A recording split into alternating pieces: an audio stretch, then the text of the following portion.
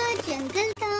वहाँ कालू कतनी टुनटुनी चिड़िया रहा करते थे, लेकिन ज्यादा कर्ज सूखापन वो दोनों वो जंगल छोड़कर जा रहे थे। जंगल के सरपंच ने उनकी जमीन उनसे ले ली थी।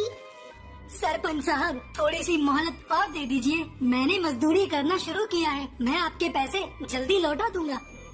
अरे अब मैं और कुछ नहीं कर सकता। तुमने सारे जंगल के पक्षियों से कर्ज ले रखा है, अब तुम्हें ये जंगल छोड़कर जाना होगा। सरपंच तुमसे बहुत नाराज है। तब तक आप लोग हमारे वीडियो को लाइक और अगर आपने हमारे चैनल को सब्सक्राइब नहीं किया है तो जल्दी से सब्सक्राइब कर लें और कमेंट सेक्शन में जरूर बताएं कि आपको हमारी ये कहानी कैसी लगी। सरपंच ने कालू की जमीन और घर सब कुछ ले लिया और उन्हें जंगल से बेदखल कर दिया।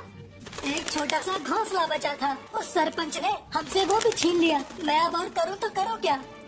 कालू जी, मैं सुबह से उड़ रही हूँ, बड़ी धूप लग रही है, हमें कहीं रुक जाना चाहिए।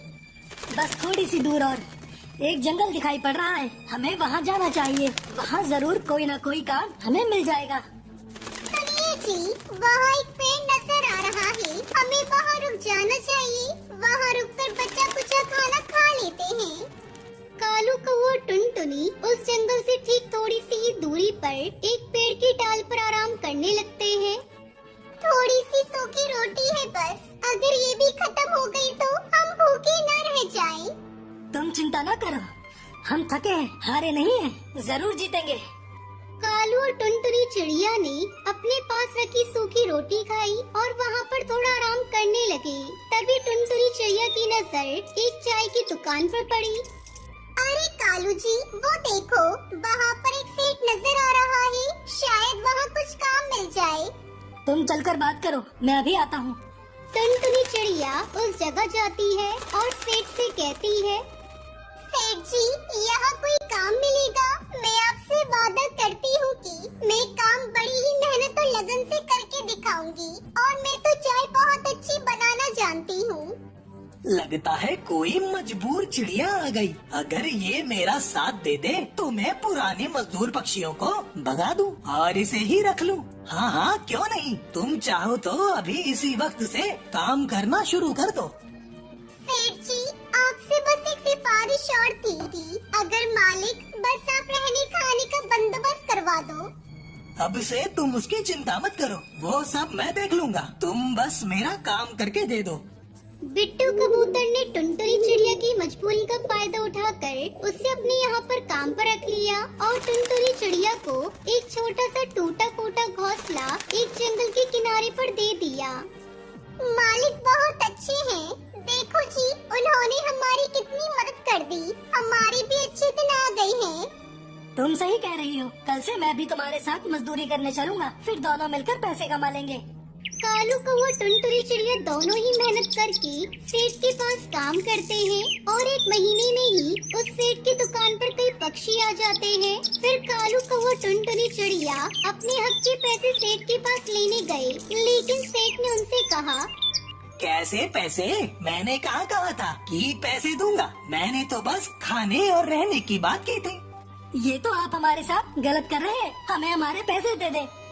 मेहरबानी कीजिए सेठ जी और हमारे पैसे दे दीजिए।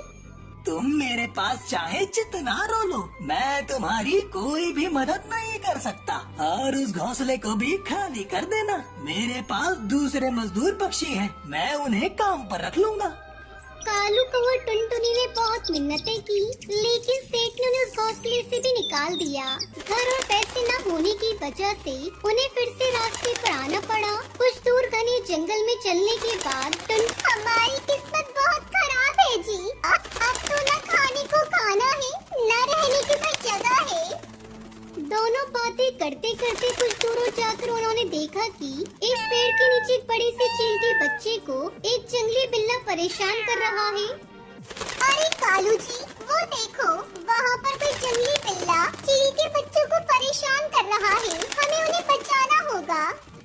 ओ बिल्ले, छोड़ दे इन बच्चों को, वरना हम दोनों तेरा वो हाल करेंगे जो तूने जिंदगी में कभी नहीं सोचा होगा। टुनटुनी चिड़िया कालू उस बिल्ली को मारकर भगा देते हैं और चील के छोटे छोटे बच्चों को बचा लेते हैं। तब उनकी माँ वहाँ आ जाती है और कहती है, शुक्रिया, तुमने मेरे बच्चों की मदद की, ये मैं कभी नहीं भूलूंगी। अगर तुम न होते तो वो मेरे बच्चों को खा जाता। अगर तुम दोनों को कोई भी मदद की जरूरत हो तो मुझे बताना। अब क्या बताऊं बहन, हमारे पास न रहने को कोई घोंसला है और न ही कुछ खाने को। तुमने मेरे बच्चों की जान बचाई। ये लो, तुम दोनों वहाँ आराम से रहना। तुम्हें वहाँ कोई काम भी नहीं करना पड़ेगा, सब कुछ आराम से मिल जाएगा।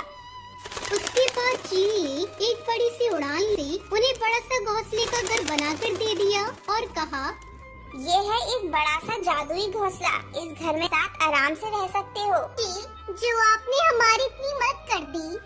फिर खुशी खुशी उस जादुई घोंसले में रहने लगते हैं।